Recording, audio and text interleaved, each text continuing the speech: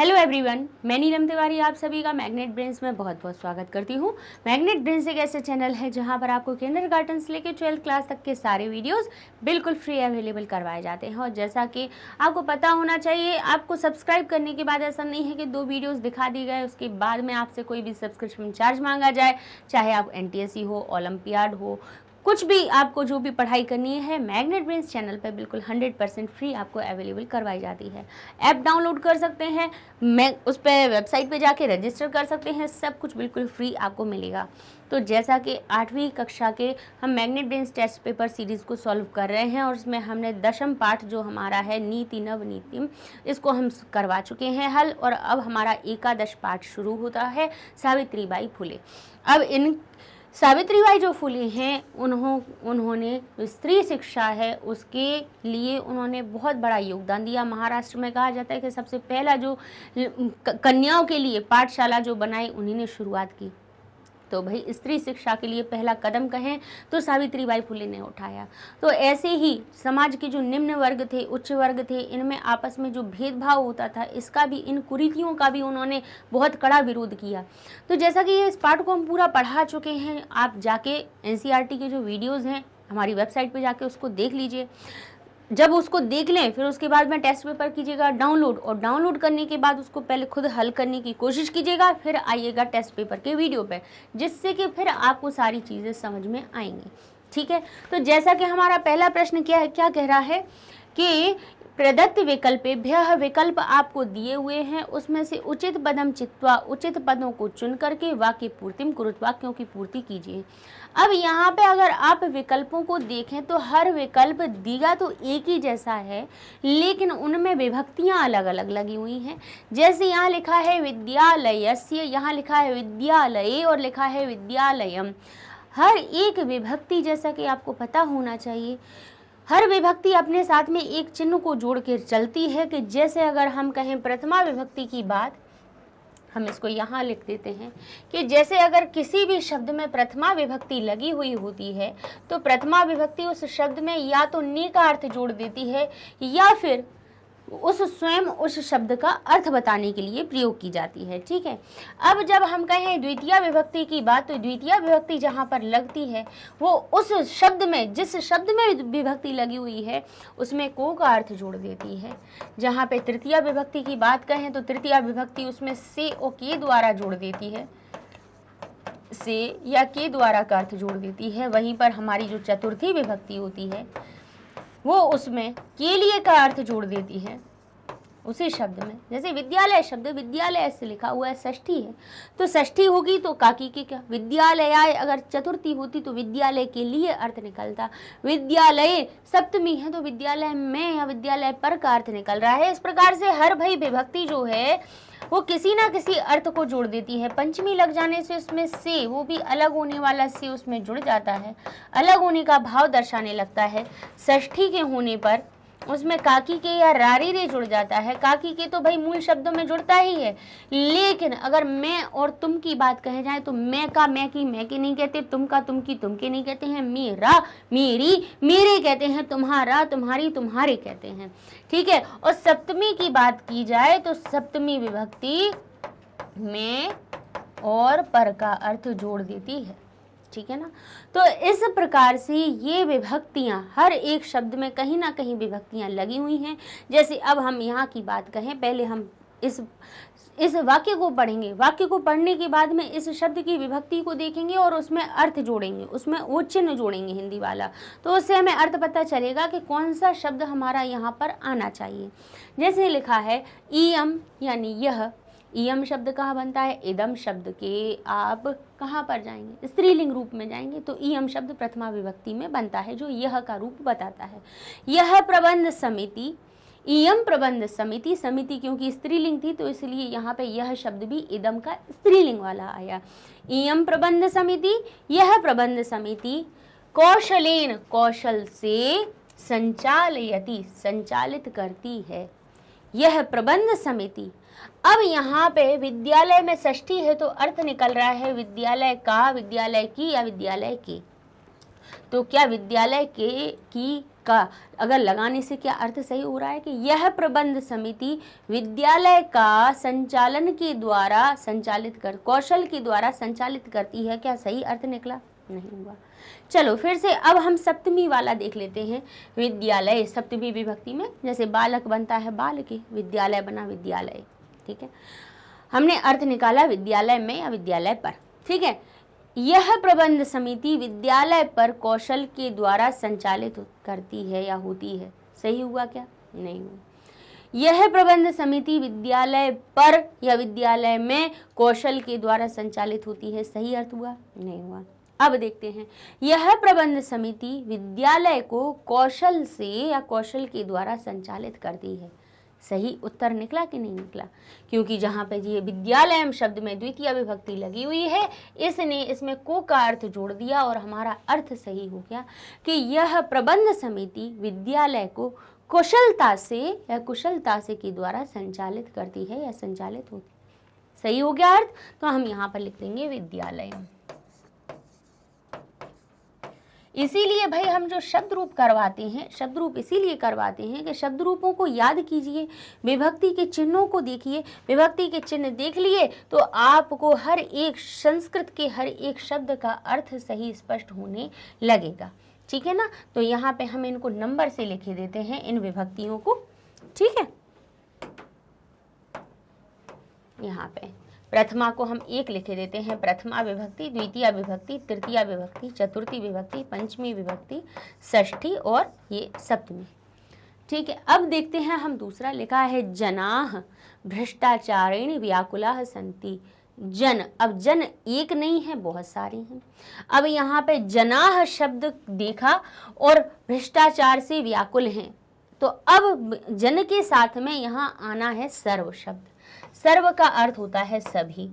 अब सर्व शब्द भी भाई क्या होता है? एक सर्वनामवाची शब्द है जो कि स्त्रीलिंग, पुल्लिंग और नपुंसक लिंग के लिए अलग अलग रूप बनाते हैं। सर्वाह, सर्वाह शब्द कहाँ आता है?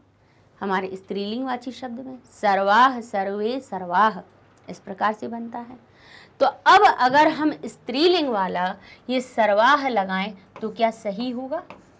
ये स्त्रीलिंग के प्रथमा का बहुवचन का रूप है। तो अब हमें जो सभी शब्द है किसी के लिए प्रयोग हो रहा होगा, सभी शब्द है, सर्वनाम है, तो निश्चित बात है ये किसी का विशेषण बन रहा है। यह लड़की, वह लड़की, 2 लड़की, 4 लड़की, सब लड़कियां, बहुत सारी लड़कियां, तो संख्या सर्वनाम शब्द मूल शब्द के विशेषण बनते हैं। तो यहाँ जन की भी विशेषता बताई जा रही है कि सभी जन। कैसे जन? कहेंगे सभी जन। तो सर्व शब्द क्या बन रहा है? विशेषण बन रहा है। तो जन शब्द की हम क्या देखेंगे? विभक्ति वचन देखेंगे। जन शब्द कैसा बना है? जनः, जनऊ, जनाः पुल्लिंगवाची शब्द है।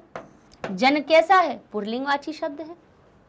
पुल्लिंग में भी बड़े आ की मात्रा विसर्ग कहाँ लगती है? बालकः, बालकौ, बालकाः प्रथमा के बहुवचन में। तो अब हमें देखना है कि जो सर्व शब्द वो मिले वो कैसा हो? पुल्लिंग का हो और जिसमें प्रथमा का बहुवचन हो। तो प्रथमा का बहुवचन मिला तो, लेकिन ये स्त्रीलिंग वाला मिला, अर्थात इसको हम नहीं करेंगे। अब आते हैं सर्वः पर। तो सर्वः शब्द हमें पुल्लिंग वाला तो मिला, लेकिन इसमें बड़े आ की मात्रा विसर्ग तो है नहीं। अब कहेंगे बड़े आ की मात्रा विसर्ग तो इसमें तो थी, तो इसको क्यों सही नहीं किया? क्योंकि बालकः, बालकौ, बालकाः होता है। लेकिन सर्वनाम वाले शब्द जो होते हैं, जैसे ए तत् के शब्द देखोगे आप पुल्लिंग के लिए, तो क्या बनते हैं? एषा, एतौ और एते। यानी जो पुल्लिंग वाले कोई भी सर्वनाम के आप रूप देखेंगे तो जैसे बालक तो बनता है बालकाः बहुवचन में, ध्यान कीजिए। नहीं देखिए, बालक शब्द के प्रथमा विभक्ति की अगर हम आपको रूप बताएं तो बालक प्रथमा विभक्ति एक वचन में बनता है बालकः, द्विवचन में बनता है बालकौ और बहुवचन में बनता है बालकाः।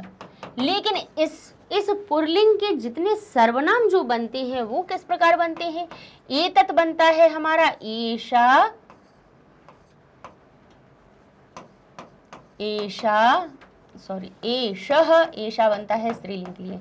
एषः, एतौ और एते, एक ही मात्रा आ जाती है। ऐसे ही अगर सा शब्द, तत् शब्द हमारा जब वह, ये तो हो गया यह का रूप। अब वह का रूप देखोगे तो वो भी बनता है सह, तऊ और ते। ऐसे ही किम के रूप देखोगे तो वो क्या बनेंगे, कह, कऊ और की। ऐसे ही अगर आप किसके रूप देखोगे, आप ये ए तत् के हो गए, तत् के हो गए, कह के हो गए। ऐसे ही सर्व शब्द के भी देखोगे तो वो भी कैसे बनता है, सर्वः, सर्वौ, सर्वौ, और यहाँ पे बन जाता है सर्वे। क्या बन जाता है, सर्वे। यानी यहाँ पे भले ही बालक शब्द आपको बालकाः दिख रहा है, लेकिन उसके जो सर्वनामवाची शब्द आते हैं वो एक ही मात्रा से युक्त आते हैं। तो ये हमें आपको ये बतानी थी, सो आपको बात बता दी। तो यहाँ पे देखिए जनाः शब्द में हमने देखा कि पुल्लिंगवाची ये शब्द है जिसमें कि प्रथमा का बहुवचन लगा है। तो यहाँ पे सर्व शब्द में भी पुल्लिंग वाले प्रथमा का बहुवचन जो रूप बनता है वो बनता है सर्वे। सर्वः, सर्वौ, सर्वे। तो सर्वे हमारा सही शब्द बन जाएगा, उचित हमारा विकल्प हो जाएगा। ठीक है, तो यहाँ हमने लिख दिया सर्वे, यहाँ हमने लिख दिया विद्यालयम। ठीक है, अब आगे देखा है सावित्रीबाई स्वदृढ़ निश्चयात। सावित्रीबाई स्व यानी अपने, दृढ़ निश्चय से, दृढ़ निश्चय से, अब अलग होने की बात हो रही है इसीलिए से की बात आ रही है। दृढ़ निश्चय से ना, नहीं विचलित, विचलित हो रही है। ठीक है, अब विचलित जो शब्द है, विचलित देखिए त जो हलंत है, अगर किसी क्रिया में, ध्यान कीजिएगा, अगर किसी क्रिया में आपको क्या दिख रहा है, भूतकाल जैसा रूप दिख रहा है, क्योंकि भाई जो त क्रिया जो है चल धातु है, वी उपसर्ग लगा है इसमें, लेकिन अंत का प्रत्यय आपको बताता है कि ये किस लकार की धातु है। तो ती, तह, अंति, सी, थ, थ, आमी, आवा, आमह, यानी लट लकार की बात नहीं हो रही है, इसमें नहीं हो रही है ना, लट नहीं हो रही है। तो बताइए किसकी हो रही है, तो हम कहेंगे हम लंग लकार। भविष्यकाल की देखें तो श्यति, श्यतः, शंति लगा है, नहीं लगा है, नहीं लगा है, तो अब लट लकार पे जाते हैं। तो वहां पे जब लट लकार की क्रियाएं देखते हैं तो उसमें लगाया जाता है त, ताम, न, अह, तम, ता, अम, आव, आम लगाया जाता है। तो भाई कहेंगे ठीक है, हम इसमें क्या कर देते हैं, विचलत में ता तो लगा है, लेकिन अगर भूतकाल की अगर ये बन रही होती तो इसमें अ उपसर्ग आता, पहले क्या आता, अ उपसर्ग आता, तब ये कहीं जाके हमारी भूतकाल की क्रिया बनती। लेकिन यहाँ पे ये भी नहीं हुआ। अब जब नहीं हुआ है अर्थात तो ये विचलित क्रिया गलत हो रही है, कहीं से सही नहीं हो रही है। अब आगे लिखा है विचलती इसम और एक लिखा है अविचलत। तो अब यहाँ पे अगर देखा जाए तो यहाँ पे अविचलत भी सही हो रही है और विचलती इसम भी हो रही है, क्योंकि यहाँ पे कह रहे हैं सावित्रीबाई अपने दृढ़ निश्चय से विचलित नहीं हुई, नहीं हुई। तो सावित्रीबाई कैसी है, प्रथम पुरुष एक वचन की है, तो यहाँ पे प्रथम पुरुष लंग लकार की क्रिया ये भी लिखी हुई है और विचलती इसमें भी लिखी हुई है, तो दोनों ही यहाँ पे हमारी सही हो जाएगी। लेकिन अगर यहाँ पे विचलती की जगह पे अगर ये ता पूरा होता, ध्यान कीजिए, अगर यहाँ पे ता पूरा होता तब हम इसको गलत कर देते, लेकिन अगर यहाँ पे ता हलंत है तो आप अविचलत भी लिख सकते हो और विचलती इसमें को भी सही कर सकते हैं। तो अगर हमें इसको सही करना है तो इसका सिर्फ हमें क्या हटा देना है, हलंत हटा देना है, और हमारा ये रूप सही बन जाएगा कि विचलत, विचलती इसम और अविचलत। ठीक है ना, तो हमारा क्या सही बनेगा कि विचलित नहीं हुई, है ना, अपने दृढ़ निश्चय से विचलित नहीं हुई थी, क्योंकि इसमें जो शब्द होता है वो था थीते का अर्थ बताता है। ठीक है, और अगर यहाँ पे इसमें हटा दें तो फिर ये वाला सही हो जाएगा, अर्थात यानी अगर ये दोनों सही ले तो ये दोनों एक दूसरे के पर्याय ही बन रहे हैं। अविचलत भी हमारा प्रथम पुरुष एक वचन की क्रिया है और यहाँ पर भी प्रथम पुरुष एक वचन की क्रिया है, और भूतकाल में बनाने के लिए अगर वर्तमान की कोई क्रिया है उसके बाद इसमें लगा दिया जाए तो वो भी था थीथे का अर्थ बताने लगती है। ठीक है, तो अर्थात चाहे आप अविचलत लिखें या विचलती इसम लिखें, तो अगर आप विचलती इसम को सही करना चाहते हैं तो आप इसको यहाँ पे ता को हटा दीजिए तो वो मध्यम पुरुष बहुवचन की क्रिया हो जाएगी। ठीक है, आगे लिखा है उच्च वर्गीय। उच्च वर्गीय वो हमने दोनों इसीलिए बताए हुए हैं कि जिससे कि कभी कभी आपको ये ना लगे कि इसम लग जाने से क्या वो भूतकाल की क्रिया रहती है या नहीं रहती है, तो दोनों ही हमारी कंडीशन सही हो सकती है। ठीक है। उच्च वर्गीय तासाम स्त्रीणाम, उच्च वर्गीय जो स्त्री थी, तासाम स्त्रीणाम उन स्त्रियों को अकुर्वन करती हैं, क्या करती हैं, उन स्त्रियों का क्या करती हैं, उपहासः, उपहास या उपहासम, तो कहते हैं करने के द्वारा वो क्या करना चाह रही हैं, उपहास को करना चाह रही हैं। तो यहाँ पे द्वितीय विभक्ति वाला को का अर्थ बताएंगे, क्योंकि कर्मणि द्वितीया कि उच्च वर्गीय, उच्च वर्ग की जो स्त्रियां हैं, तासाम स्त्रीणाम उन स्त्रियों का उपहासम, उपहासम अकुर्वन उपहास किया, उन उच्च वर्गीय स्त्रियों ने उन स्त्रियों का उपहास किया। अब लिखा है अस्य मंडलस्य, इस मंडल की, इस मंडल का की के, अब देखेंगे क्योंकि आगे शब्द उद्देश्य था इसीलिए हमने की जगह का फिर से बोल दिया। इस मंडल का उद्देश्य क्या था, अब इस मंडल का क्या देखना है, उद्देश्य क्या था, तो उद्देश्य शब्द हमारा कैसे बनेगा, उद्देश्य, उद्देश्य है या उद्देश्यम, तो यहाँ पे हम हमारा नपुंसकलिंग शब्द के अनुसार इसको बनाएंगे उद्देश्यम किम आसीत, इस मंडल का उद्देश्य क्या था। ठीक है, आगे देखेंगे देशस्य, देशस्य क्या लिखा है, वीराः प्राणम अपि त्यजन्ति, देश की रक्षा के, अब रक्षा के लिए, रक्षा यही, रक्षा याह, अब रक्षाएं शब्द देखिए, पहले मूल शब्द पहचानिए कैसा है, अकारांत शब्द है रक्षा। ठीक है, तो अब यहाँ क्या है, रक्षाएं, तो आय शब्द तो भैया अकारांत शब्दों में बनता है, जैसे बालक बनता है बालकाय, चतुर्थी के एक वचन में, लेकिन आकारांत शब्द जब चतुर्थी विभक्ति में बनता है तो उसका रूप बनता है, जैसे लता बनता है लतायई, तो रक्षा बनेगा रक्षायई, और रक्षायाह क्या कह रहा है, काकी के का अर्थ बता रहा है। तो यहाँ पे लिखें देश की रक्षा का, अब रक्षा का, रक्षा की तो अर्थ निकल नहीं रहा, तो षष्ठी का हम प्रयोग करेंगे नहीं, इसको रक्षा शब्द को अकारांत पुरलिंग जैसा बनाएंगे नहीं, क्योंकि रक्षा आकारांत शब्द है, स्त्रीलिंग है, तो चतुर्थी विभक्ति वाला रक्षा यही हम सही करेंगे कि देश की रक्षा के लिए वीर प्राणों को भी त्याग देते हैं। अब ते लिखा है ते जलोद्धरणम निवार्यंती, इसमें वे जल को उद्धरण करने को निवार्यंती यानी मना कर देती है, मना कर दिया, ठीक है, मना कर देती थी, उन्होंने मना कर दिया था। ठीक है, तो ते उन्होंने जल निकालने के लिए, अब कहाँ से, कूप ने, कूपेन यानी कूप के द्वारा, कूप कूप को या कूप से, क्योंकि अब जल निकालना अलग करने की बात आती है, तो निकालने के लिए हम क्या लगाते हैं, आपादाने पंचमी, तो यहाँ हो जाएगा कूपात यानी कूप से, वे कूप से जल को निकालने के लिए मना कर देती, मना कर दिया था उन्होंने, किन्होंने, उच्च वर्गीय स्त्रियों ने।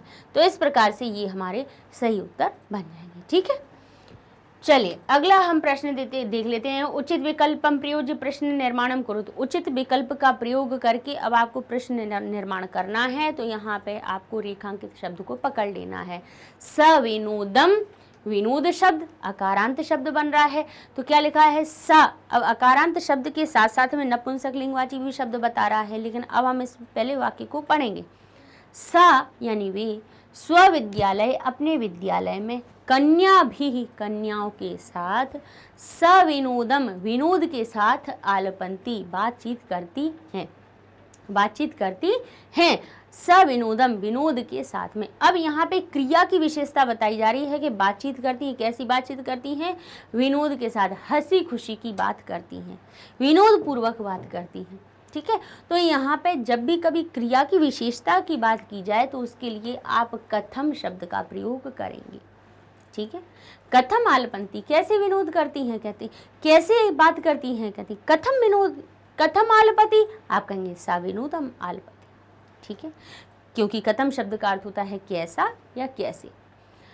कश्चित जनः, कोई जन, सावित्र्याः उपरि धूलिम क्षिपति, कोई व्यक्ति सावित्री के ऊपर धूल को फेंकता है। तो सावित्र्याः, सावित्री शब्द क्या क्या बना हुआ है, इकारांत शब्द है जिसमें कि षष्ठी विभक्ति लगी हुई है, क्योंकि याह शब्द ध्यान कीजिए, लता शब्द अगर आप देखें तो लता में पंचमी और षष्ठी में लता बनता है लता याह, तो नदी का रूप भी बनता है नद्याह, तो यह जो बना हुआ है, हम बार बार कहते हैं कि भाई स्त्रीलिंग के आकारांत के याद कर लो तो बाकी के भी याद हो जाएंगे आपको, है ना।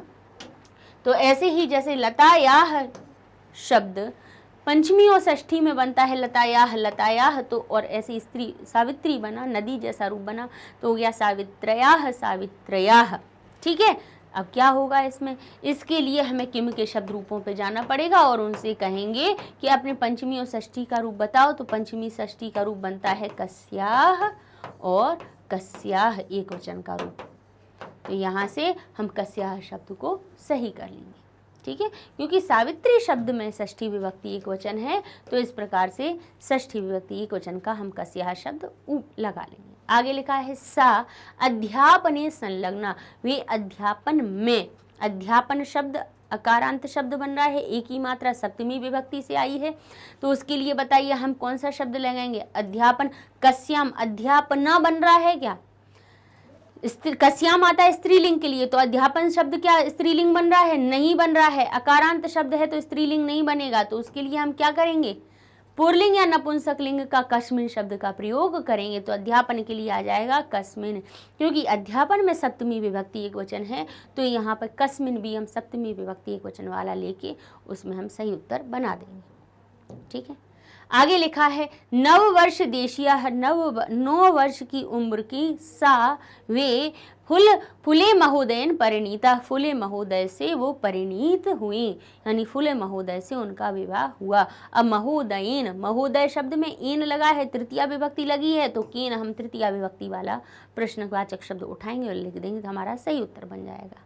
ठीक है, क्योंकि कम हमारा कहाँ आया है, द्वितीय विभक्ति का, कस्य है षष्ठी विभक्ति का, केन है तृतीया विभक्ति का। रेखांकित शब्द की जो लिंग विभक्ति वचन हो वही हमारा लिंग विभक्ति वचन प्रश्नवाचक का लगा दिया जाता है और प्रश्न का निर्माण हो जाता है। ठीक है, आगे लिखा है बालिका नाम, बालिका शब्द स्त्रीलिंग है, नाम नाम षष्ठी विभक्ति, तो स्त्रीलिंग हमने लिंग पहचाना, बालिका का लिंग स्त्रीलिंग है, षष्ठी का बहुवचन है, तो हमारे षष्ठी विभक्ति बहुवचन का किम का शब्द रूप पुरुषों के लिए पुरलिंग और नपुंसक लिंग के लिए बनता है केशाम और स्त्रीलिंग के लिए बनता है हमारा कासाम। तो ये रूप बनता है, तो कासाम हमारा सही उत्तर बन जाएगा। ठीक है, तो इस प्रकार से हो गया सा स्वविद्यालय कन्या भी कथम आलपति, कश्चित जना कस्या उपरि धूलिम क्षिपति, सा कस्मिन संलग्ने नव वर्ष देशिया सा केन परिणीता, किससे परिणीत हुई, कासाम कृत सा अपर विद्यालय में आरभत। ठीक है, किसके लिए उन्होंने दूसरा विद्यालय आरंभ किया। चले, अब अगला प्रश्न है पाठांश गद्यांश पठित्वा अधोदत्तान प्रश्नान उत्तरत, गद्यांश को पढ़ करके नीचे दिए हुए प्रश्नों के उत्तर आप दीजिए। लिखा है एकदा सावित्र्या मार्गे दृष्टम यत् कूपम निक्षा श्रीणवस्त्रव्रता तथा कथिता निम्न जातीय कश्चित नार्यः जलम पातुम याचन्ते इसम। एक बार सावित्री ने, सावित्र्या सावित्री के द्वारा, सावित्र्या यहाँ पे बड़िया की मात्रा के इस बाद में विसर्ग नहीं है, तो षष्ठी और पंचमी का रूप नहीं बनना है, ये तृतीया का रूप बनना है, इसलिए हम से या के द्वारा का अर्थ बना रहे हैं। एक बार सावित्री के द्वारा मार्गे यानी मार्ग में, दृष्टम देखा गया, यत की, कूपम कूप के, निकषा यानी निकट, अबिता परिता समया निकषा प्रतियोगे द्वितीया, यहाँ अबिता लिखा हुआ हो, परिता लिखा हो, समया लिखा हो, निकषा लिखा हो, हा लिखा हो, प्रति लिखा हुआ हो, इन अव्ययों को योग में यहाँ अर्थ तो निकलता है काकी के का, लेकिन लगती है द्वितीया। कहते हैं कूप के निकट, कूप को निकट नहीं कह रहे, कूपम शब्द बन रहा है, कूप शब्द में द्वितीया विभक्ति लगी है, फिर भी उसमें हम कूप को नहीं कह रहे हैं, कूप के कह रहे हैं। क्यों? क्योंकि सूत्र के हिसाब से, द्वितीया विभक्ति के उपपद सूत्र से। कूपम निक्षा यानी कूप के निकट, शीर्ण यानी फटे हुए, वस्त्रवृता वस्त्रों को धारण किए हुए, वस्त्र आवृता वस्त्रों से ढकी हुई, फटे हुए वस्त्रों से ढकी हुई, तथा कथिता उस प्रकार से कही गई। कैसी? तथा कथिता निम्न जातियां, उनके द्वारा निम्न जाति की कही गई। काश्चित नार्याः कुछ नारी, कुछ औरतें, जलम पातुम जल पाने के लिए, पातुम पा धातु, पातुम यानी पा धातु क्या होता है? पीना, और तुमुन प्रत्यय लग गया के लिए, जल पीने के लिए याचनते इसम याचना कर रही थी। उच्च वर्गीय उच्च वर्ग की उपहासम कुर्वन्तः उपहास करती हैं।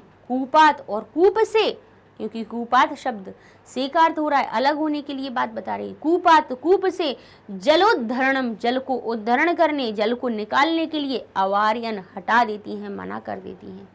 सावित्री एतत् अपमानम इस सावित्री इस अपमान को सोढ़ुम सहन करने के लिए ना शक्नोत नहीं कर सकती थी, इस अपमान को नहीं सहन कर सकती थी।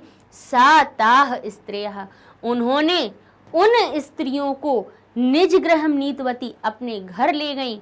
तड़ागम दर्शित्वा तड़ाग को तालाब को दिखा करके, दर्शित्वा दिखा, दर्श धातु में एक त्वा प्रत्यय लगा, कर और करके का अर्थ निकल रहा है।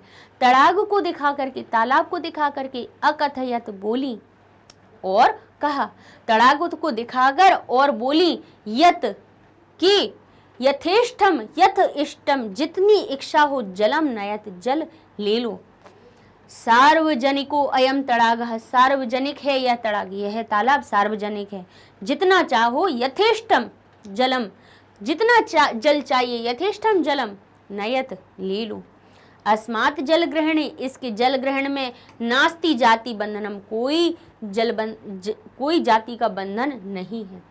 तया मनुष्याणाम उनके द्वारा, तया यानी उनके द्वारा, मनुष्याणाम मनुष्यों की समानतया समानता का, स्वतंत्रताया च और स्वतंत्रता का के पक्ष का पक्षः सर्वदा सर्वथा सर्वदा हमेशा सर्वथा हर प्रकार से समर्थिता समर्थन किया। अब इसमें हम देख लेते हैं, हर एक शब्द का अर्थ बता दिया है, तो अब इन शब्दों से ही जुड़े प्रश्न बनाए जाते हैं। जैसे कि हमने बताया कि हम उत्तर से प्रश्न का निर्माण कैसे करते हैं, वैसे ही प्रश्न को देखकर हमें उत्तर ढूंढना है, ठीक है, गद्यांश में से। तो पूरा प्रश्न पढ़ने से कि पढ़िए और उसमें प्रश्नवाचक शब्द को सबसे पहले पकड़िए। लिखा है काह जलोद्धरणम अवार्यन, यानी काह शब्द। अब काह शब्द की विभक्ति पहचान लीजिए, कहाँ से आया है, तो कहेंगे स्त्रीलिंगवाची किम के शब्द रूपों में से, जहाँ बनता है का के काह। कहा कहाँ होता है, प्रथमा के बहुवचन में। अर्थात जो उत्तर आना है वो कैसा आना चाहिए, स्त्रीलिंग का होना चाहिए, स्त्रीलिंग का होना चाहिए और जिसमें कि प्रथमा विभक्ति का बहुवचन लगा हुआ होना चाहिए। ये तीन चीजें मिल गई कि हमें जो शब्द मिलेगा कौन जल को निकालने से मना कर देती हैं, तो वो कौन होनी चाहिए, स्त्रीलिंग होनी चाहिए, स्त्रीलिंगवाची शब्द होना चाहिए जिसमें प्रथमा का बहुवचन लगा हुआ हो। तो क्या लिखा है, कूपात कूप से जल निकालने से मना कर देती हैं। तो अब इसके पहले से देख लो कि जिसमें जो स्त्रीलिंगवाची शब्द हो प्रथमा का बहुवचन, तो कौन है, उच्च वर्गीय लिखा है, उच्च वर्गीय लिखा है, ये किन के लिए है, स्त्रियों के लिए आया है। तो ये हो गया हमारा एक पद में उत्तर। क्योंकि एक पद ढूंढना होता है तो हमें विभक्ति वचन को बहुत ध्यान से देखना पड़ेगा, तभी हमारा सही उत्तर होगा, नहीं तो हम कुछ भी गलत लिखाएंगे। तो हमें देखना है कि ये तो उपहासम शब्द में उपहास को करती हैं, तो यहाँ तो भाई हमारी प्रथमा विभक्ति बहुवचन है, नहीं है स्त्रीलिंगवाची शब्द, ना ही उपहास शब्द है। यहाँ तो क्री धातु है, धातु तो बनता नहीं है भाई हमारा संज्ञा शब्द, धातु तो काम को बताते हैं। तो यहाँ उच्च वर्गीय हमारा इस प्रकार से हमें उत्तर मिल जाएगा। आगे देखिए, शीर्ण वस्त्रव्रता, शीर्ण वस्त्राव्रता, शीर्ण वस्त्रों से आवृता ढकी हुई स्त्रियां किम पातुम इच्छन्ति, क्या पाने की इच्छा थी। तो वैसे ही आपको याद हो कि जो शीर्ण वस्त्राव्रता तथा कथिना निम्न जातीय नार्याः क्या पाने की इच्छा थी, बोले जलम पातुम। पातुम के पहले देखिए कि पाने के लिए, क्या पीने के लिए, पातुम पा धातु है, तुमन प्रत्यय लगा लिया, क्या हो गया, पातुम यानी पीने के लिए। क्या पीने के लिए इच्छा कर रही थी, तो कहेंगे जलम, जल को पीने के लिए। तो किम के स्थान पे हम जलम नपुंसकलिंगवाची शब्द लिख लेंगे। किम ने कहा कि नपुंसकलिंगवाची प्रथमा विभक्ति एकवचन का रूप आना चाहिए, तो जलम आ गया। चलिए अगला प्रश्न देखिए, सावित्री ताह स्त्रिया कुत्र नीतवती। अब कुत्र की बात आ गई, कहाँ की बात आ रही है, कुत्र यानी कहाँ, यानी स्थान आएगा। तो स्थान जो होगा या तो वो सप्तमी में होगा, किस में होगा, या तो वो सप्तमी विभक्ति में होगा, या फिर कहीं अगर जाने आने की बात हो रही होगी, ले जाने आने की बात हो रही होगी, तो फिर द्वितीय विभक्ति में होगा। दो ही परिस्थितियां होती हैं भाई। स्थान जो है या तो सप्तमी विभक्ति में होता है, लेकिन अगर उसी स्थान पे जाने आने की बात हो रही हो तो वही स्थान कैसा बन जाता है, द्वितीय विभक्ति में हो जाता है। तो नीतवती हम देखेंगे कि कहाँ ले जाती हैं, तो नीतवती कहाँ ले जाती हैं, निज गृहम, अपने घर को, द्वितीय विभक्ति में है, हमारा उत्तर सही बन जाएगा। अगला प्रश्न देखिए, सावित्री ताम गृहत नीत्वा किम अदर्शयत, क्या दिखाती हैं, तो देखिए क्या दिखाती हैं, जरा देख लीजिए यहाँ पे, तड़ागम दर्शित्वा अकथयत च, फिर उसकी बात तो बाद में हो गया, क्या दर्श धातु किसके साथ में हो रही है, क्या किसको दिखा रही है, तड़ागु को दिखा रही हैं, तो किम के स्थान पे हम लगा देंगे तड़ागम।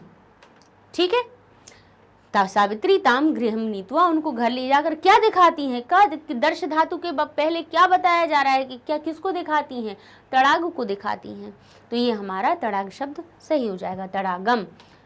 अब आगे देखिए लिखा है पूर्ण वाक्य उत्तरत। अब पूर्ण वाक्य में देना है तो पूर्ण वाक्य में इतना हमें समस्या नहीं आती है, क्योंकि भाई पूर्ण वाक्य तो हम अपना गद्यांश में से पूरा उठा लेते हैं, लेकिन अर्थ हम जब गद्यांश का सही लगाएंगे तभी पूर्ण वाक्य आप सही लिख पाओगे, नहीं तो क्या पता कहाँ से कहाँ तक का हो रहा है और बच्चे सोचते हैं लो यहाँ से यहाँ तक लगा दो और हो जाएगा सही, ऐसा नहीं है, सही ढंग से पढ़ के लिखना है। लिखा है सावित्री शीर्ण वस्त्रावृता महिला कुत्र अपश्यत, सावित्री फटे हुए वस्त्रों से आवृत महिला को कहाँ देखती है, कुत्र, कहाँ देखती हैं, तो किसके पास देखती हैं, आप कुत्र लिखा हुआ है तो स्थान की बात हो रही है, तो आप कहेंगे सावित्री शीर्णावृता महिला किसके पास देखा था उन्हें, मार्ग में किसके पास, कूपम निकषा, कूप के निकट देखती हैं। तो अब आप ऐसे लिख सकते हैं कि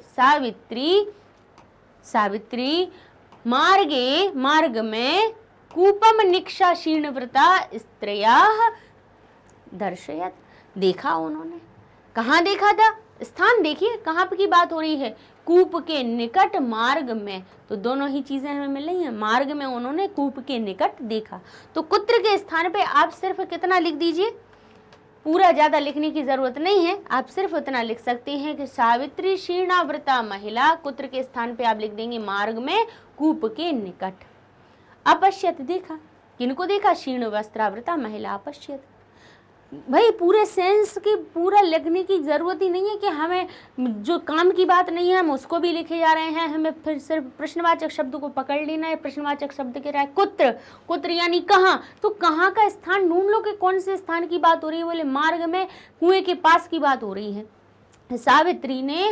सावित्री ने फटे हुए वस्त्रों से पहने हुए किनको देखा था, निम्न जाति महिलाओं को देखा था, लेकिन कहाँ देखा था, उन्हें ये पूछ रहे, उन्हें पूछ रहा कि किन को देखा, उन्होंने पूछा उन स्त्रियों को कहाँ देखा, तो आप कहेंगे मार्ग में देखा, कुएं के पास। तो बस तीन चीजें आपको लिखनी है, सप्तमी विभक्ति का मार्ग में मिल गया और कूप के पास, क्योंकि कूप के संग में निकषा शब्द लगा है तो यहाँ पे हमने कूपम निकषा लिख दिया, स्थान लिख दिया और बस फिर उसके बाद तो हमारा पूरा वाक्य यहीं से मिल गया।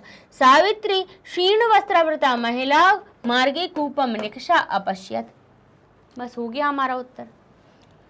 आगे देखिए, सावित्री कीदृशम अपमानम सोढुम न अशक्नोत, सावित्री किस प्रकार के अपमान को नहीं सहन कर सकती थी, तो आप कहेंगे उच्च वर्गीय निम्न जातीय स्त्री नाम उपहासम अकुर्वन् सावित्री एतत् अपमानम सोढुम न शक्नोत। अब यहाँ पे लिखा हुआ है, देखिए कहाँ लिखा है कि देखिए सावित्री एतत् अपमानम सोढुम न शक्नोत। अब कैसा अपमान नहीं, अब ये तो पूछा ही है कि किस प्रकार का, तो कहेंगे उच्च वर्गीय उपहासम कुर्वन्तम कूपा जलोद्धरणम अवारयन्, तो सावित्री एतत् अपमानम सोढुम न शक्नोत। तो यहाँ से लिखोगे तब सही होगा, नहीं तो बच्चे क्या करें, यहाँ से लिखा और यहाँ तक लिख दिया, गलत करके आ गए। तो थोड़ा सा अर्थ समझिए तभी उत्तर सही बनाना है, ठीक है ना। चलिए अगला प्रश्न देखते हैं। तड़ागम दर्शित्वा सा ताः महिला किम अकथयत, तड़ाग को दिखा करके उन्होंने उन महिलाओं को क्या कहा, तो क्या कहा था, यहाँ लिखा हुआ है अकथयत च, क्या कहा था, यथेष्टम जलम नयत सार्वजनिको अयम तड़ागः, ये तड़ाग सार्वजनिक है, यथेष्टम जलम नयत, यथेष्टम जितनी इच्छा हो उतना जल ले लो, और ये आपका उत्तर बन जाएगा, ठीक है। चलिए अगला प्रश्न देखते हैं, उपभाषिक कार्य। सार्वजनिको अयम तड़ागः, सार्वजनिक है यह तड़ाग, यह तड़ाग कैसा है, सार्वजनिक है। दो विशेषताएं हो गई, तड़ागः सार्वजनिकः, दोनों में ही समान विभक्ति है। यहाँ पे भाई सार्वजनिकः अयम तड़ागः, यह सार्वजनिक तड़ाग है। तो तड़ाग शब्द की विशेषता है कि यह सार्वजनिक तड़ाग है। तो यहाँ पे दो शब्द बनने हैं, विशेषण विशेष्य। किसकी विशेषता बताई जा रही है? तड़ाग की विशेषता बताई जा रही है कि वो सार्वजनिक है। तो यहाँ पे पूछ लिया गया अत्र विशेष्य पदम किम, किसकी विशेषता बताई जा रही है? तड़ाग की बताई जा रही है। तो तड़ागः ये हमारा विशेष्य बन गया। आगे लिखा है समानार्थकम चित्वा लिखा। समानार्थक पदों को गद्यांश में से ही चुनकर लिखना है। जैसे स्त्रियः, स्त्रियः के लिए कौन सा आया है? स्त्री शब्द में, स्त्री शब्द हमारा कैसा बना है? बहुवचन में, प्रथमा के बहुवचन में बना है। तो यहाँ पे नार्यः शब्द भी नारी का प्रथमा के बहुवचन में बना है। तो ये हमारा क्या हो जाएगा? पर्याय बन जाएगा। अनयत, अनयत यानी ले गई। तो ले गई का क्या है यहाँ पे बताइए? भूतकाल की नए धातु में कौन सी नी धातु कौन सी बनी है? अनयत। और ये वती, वती कहाँ लग आता है? हमारा भूतकाल में बनता है। कौन सा प्रत्यय लगता है? इक्तवतु, तवत प्रत्यय लगता है। तो नीतवती, तवत प्रत्यय लगा है। इक्तवतु प्रत्यय भी सिखाया हुआ था हमने आपको, है ना। पाठ अपना तीसरा, चौथा, पांचवा निकला है, उसमें हमने इक्त और इक्तवतु प्रत्यय दोनों समझाए हैं उसमें। तो एक तो और इक्तवतु प्रत्यय भूतकालिक क्रियाओं में ही लगाए जाते हैं। तो नीतवती भूतकालिक क्रिया है और अनयत भी हमारी भूतकालिक क्रिया है। सीधी सीधी सीधी बात है कि नए धातु नी से बनता है और यहाँ पे भी नी की बात आ रही है। तो बताइए अनयत का क्या हमारा पर्याय बनेगा? नीतवती बन जाएगा। ठीक है।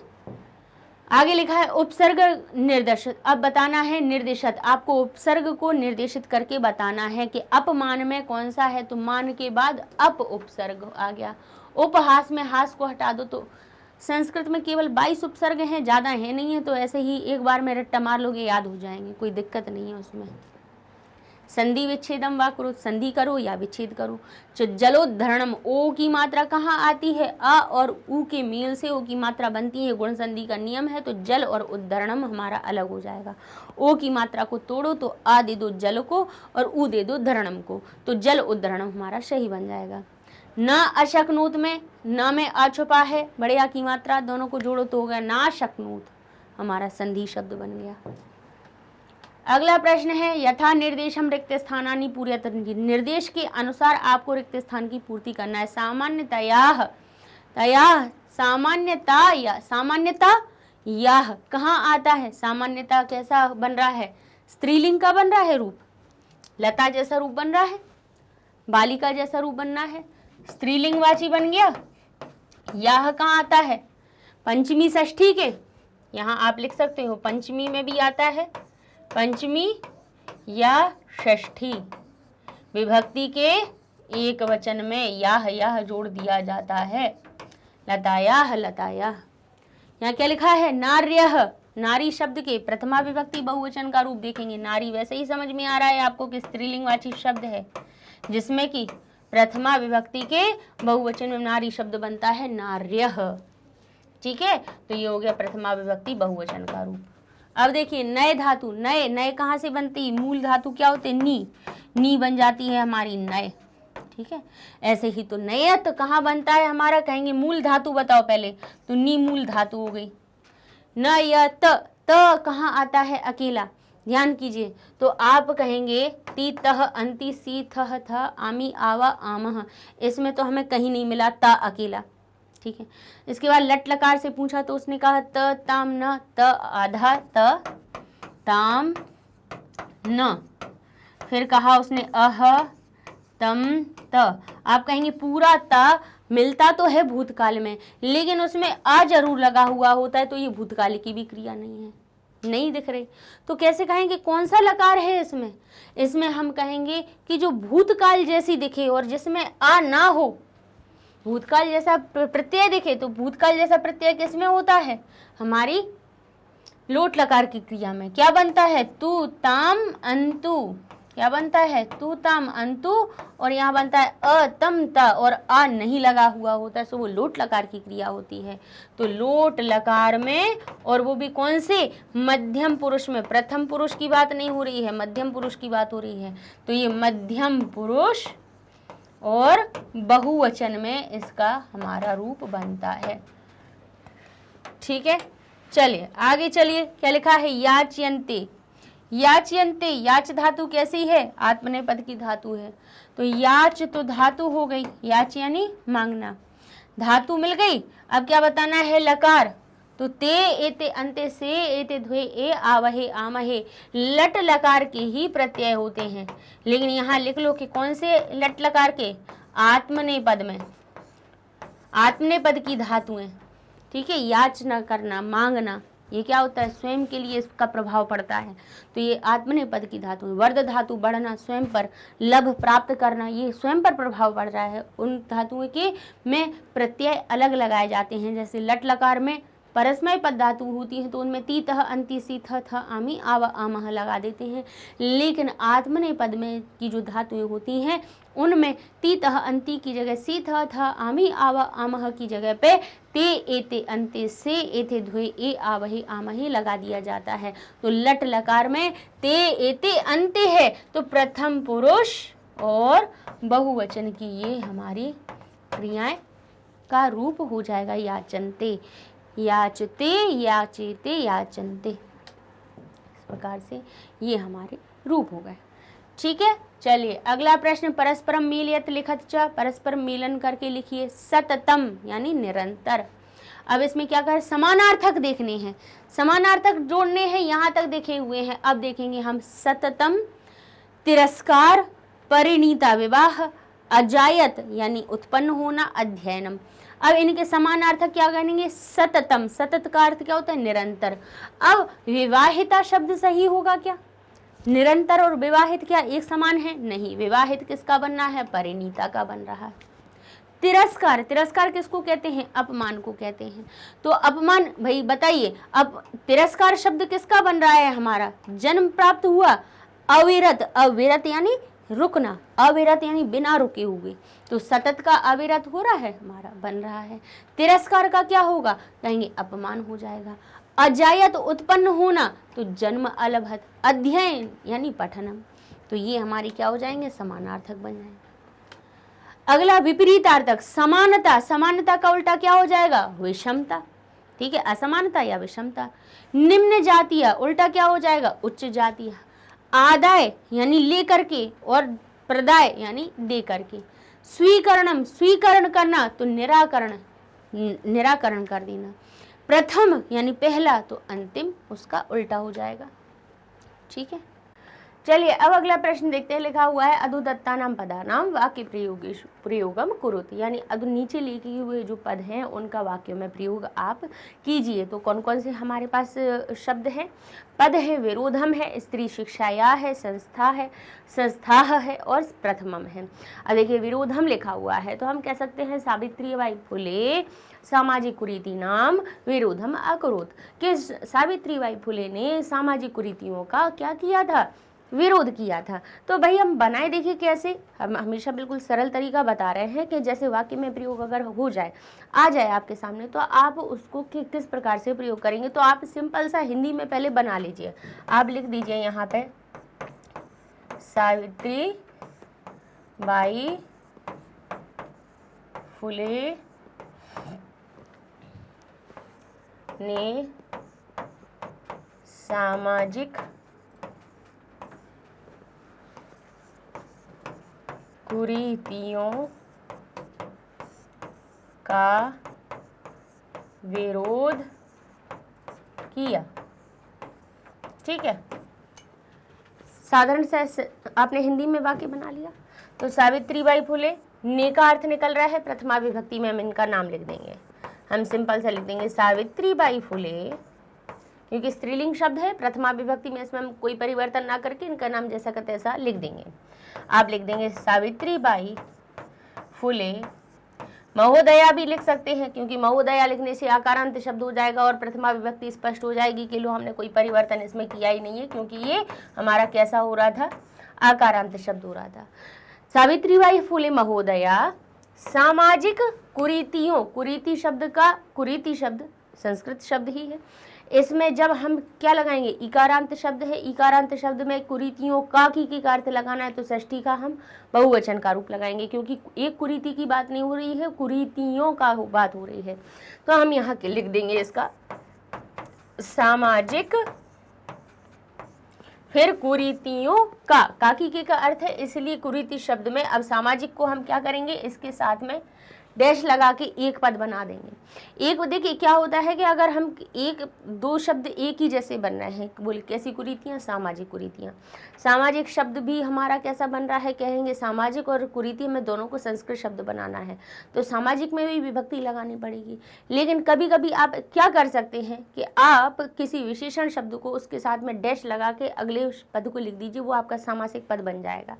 तो आप यहाँ लिख देंगे कुरीतियों का, तो यहाँ पे लिख देंगे, नहीं तो सामाजिक में भी लगाइए फिर षष्ठी और कुरीतियों में भी लगा दिए। इससे अच्छा ये है कि दो जगह विभक्तियां लगाने से अच्छा हम अंतिम वाले पद में विभक्ति लगा दें और हम लिख दिए यहाँ पे कुरीतिणाम।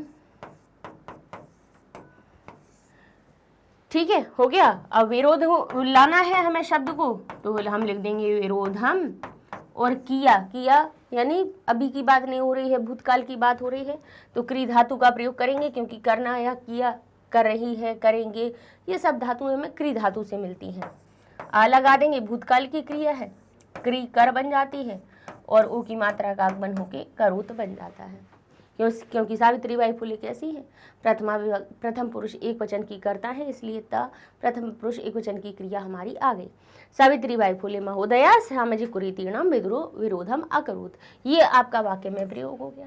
ऐसे ही मैं स्त्री शिक्षाया, अब स्त्री शिक्षा का उन्होंने क्या किया, समर्थन किया, तो आप लिख सकते हैं सावित्री बाई फुले। अब यहाँ पे आप बस इसको हटा दीजिए, इसको हटा दीजिए, इसी में ही बना दीजिए कि सावित्री बाई फुले महोदया ने स्त्री शिक्षा का समर्थन किया। तो आप लिख दीजिए यहाँ पे स्त्री शिक्षायाः, स्त्री शिक्षायाः, स्त्री शिक्षा का क्या किया, समर्थनम अकरोत। ये बन गया वाक्य। अब संस्था, ठीक है, अब यहाँ पे आप लिख सकते हैं सावित्री बाई फुले महोदया ने क्या क्या लिख सकते हैं आप, अनेक संस्थाओं की स्थापना की या अनेक संस्थाओं को संचालित करती थी, तो आप कह सकते हैं अनेकाः संस्थाः संचालिता, या लिख सकते हैं संचालितवती,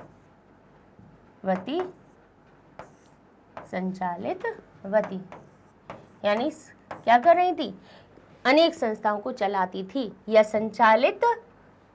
संचालयति इसम, संचालित करती थी। तो आप इस प्रकार से भी लिख सकते हैं संचालयति स्म, क्योंकि यहाँ पे सावित्री बाई फुले कैसी हो रही है, प्रथम पुरुष एक वचन की क्रिया है, प्रथम पुरुष एक वचन की क्रिया लगा दी और इसमें लगा दीजिए, सुथातिथि का अर्थ निकल आए। इस प्रकार से भाई वाक्य बनाना बड़े सरल है, कोई बड़ी कठिन बात नहीं होती है। प्रथमम, अब आप लिख सकते हैं सावित्री बाई फुले महोदया प्रथमम विद्यालयम। अब बताइए क्या किया, उन्होंने स्थापना की, तो आप लिख सकते हैं स्थापयति इसमें। तो देखिए हमारा किस प्रकार से हम बना सकते हैं, और भी वाक्य हैं, हमने बता दिए, आपको एक प्रकार बता दिया कि किस प्रकार से बनाए जा सकते हैं। जैसे वयम अस्पृश्यता विरोधम कुर्मः, हमें अस्पृश्यता यानी छुआछूत का विरोध करना चाहिए, हमें सामाजिक कुरीतियों का विरोध करना चाहिए, हमें नारी अशिक्षा का विरोध करना चाहिए। भाई कोई भी है जो भी आपको विरोध करने की बात लग रही है उसको लिख दीजिए और आपका वाक्य बन जाएगा। ठीक है, सावित्री बाई स्त्री शिक्षाया समर्थम अकुरुत, सा अनेका संस्था संचालयति इसमें, आप लिख सकते सा प्रथमम विद्यालय में संचालित इसमें, वो पहले विद्यालय को संचालित कर रही थी। ठीक है, स्थापयति इसमें, उन्होंने पहले विद्यालय को स्थापित किया। इस तरह से आपके वाक्य बड़े सरलता से आसानी से बनाए जा सकते हैं। ठीक है ना। अब देखिए, क्योंकि अगर हमें सिर्फ देखिए, हम बार बार कहते हैं कि वाक्य बनाना कोई कठिन बात नहीं होती है संस्कृत में, सब बस जो चीज़ है, जो मूल है वो है दो, एक शब्द रूप एक धातु रूप। शब्द रूप आते हैं तो आप हर एक शब्द में जो आप विभक्ति लगा रहे हैं आपको पता चल जाएगा कि के लिए का चिन्ह लगाना है, का की के का चिन्ह लगाना है, तो कौन सी विभक्ति का रूप हम शब्द का प्रयोग करें।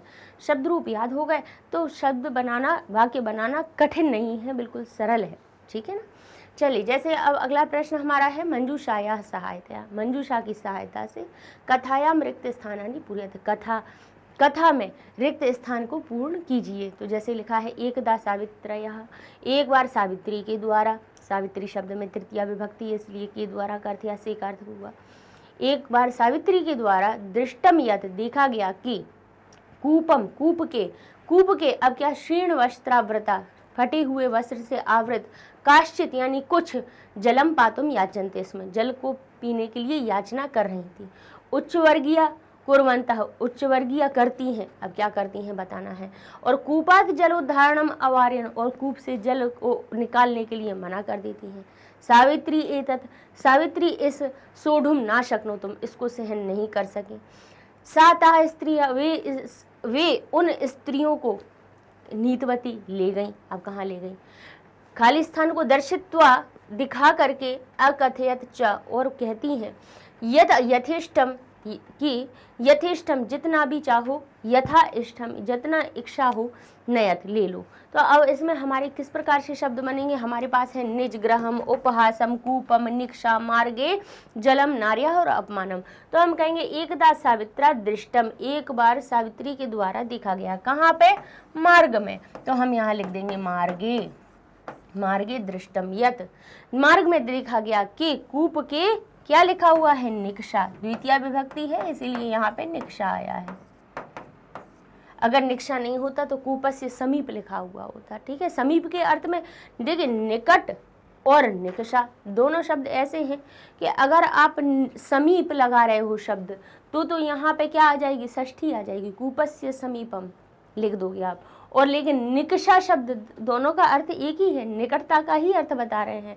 लेकिन अगर निकषा शब्द का प्रयोग है तो यहाँ पे द्वितीय आ जाती है। बड़ी जो कुछ ये अव्यय शब्द हैं ऐसा ही काल तालमेल बना देते हैं। ठीक है ना।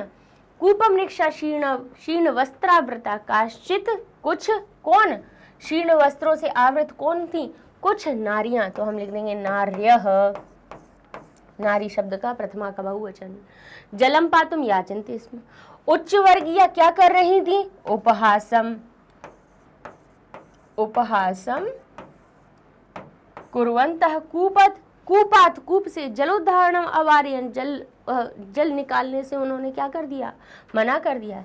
सावित्री एतत् सावित्री इसको सोढ़ुम ना शक्नोत इसको नहीं सहन कर सकें। किसको? अपमान को। तो यहाँ आ जाएगा अपमानम, सोढ़ुम ना शक्नोत। साताह स्त्रियां वे उन स्त्रियों को नीतवती ले गईं। कहाँ? निज ग्रहम, निज ग्रहम नीतवती। दर्शित्वा दिखा करके, अकथयत और कहती हैं। किसको दिखा करके? उन्होंने किसको दिखाया था? कूपम दर्शित्वा अकथयत यत की यथेष्टम क्या? जलम नयत जितनी इच्छा हो उतना क्या ले लो? जल को ले लो। तो इस प्रकार से लीजिए, ये आपके सारे रिक्त स्थान पूरे हो जाएंगे। कथा पढ़ी है तो ये सारी भी चीज़ें बहुत सरल है। और सबसे बड़ी बात यह है कि जब हमें शब्दों के अर्थ पता चल जाते हैं तो स्वयं ही पता चलने लगेगा कि भाई हम इसमें कौन सा शब्द भरें। अंदाज से नहीं भरेंगे, आप समझ के ही भरेंगे। ठीक है ना। चलिए, इस तरह से ये हमारा टेस्ट पेपर पूरा हो जाता है। सारे वीडियोस आपको हमारी मैग्नेट ब्रेन्स वेबसाइट एप्लीकेशन पर बहुत आराम से मिल जाएंगे, क्योंकि गूगल आप जब यूट्यूब पे जाते हैं तो बहुत सारी चीज़ें जब एक साथ मिलती हैं तो बच्चे बहुत परेशान हो जाते हैं, कन्फ्यूज़ हो जाते हैं कि कहाँ पर वीडियो मिले या नहीं मिले। तो वेबसाइट का यूज़ करेंगे या एप्लीकेशन का करेंगे तो वहाँ पे सारी चीज़ें बहुत अच्छे से अरेंज मिल जाएंगी। जैसे आप वेबसाइट को लिखा आपने magnetbrains.com, इंटर किया तो यहाँ पे देखिए एक्सप्लोर टॉप कोर्सेज में सारे English medium, Hindi medium, spoken English, NTSE, olympiad, UP board, JIIB, CIIB सब है आपके सामने।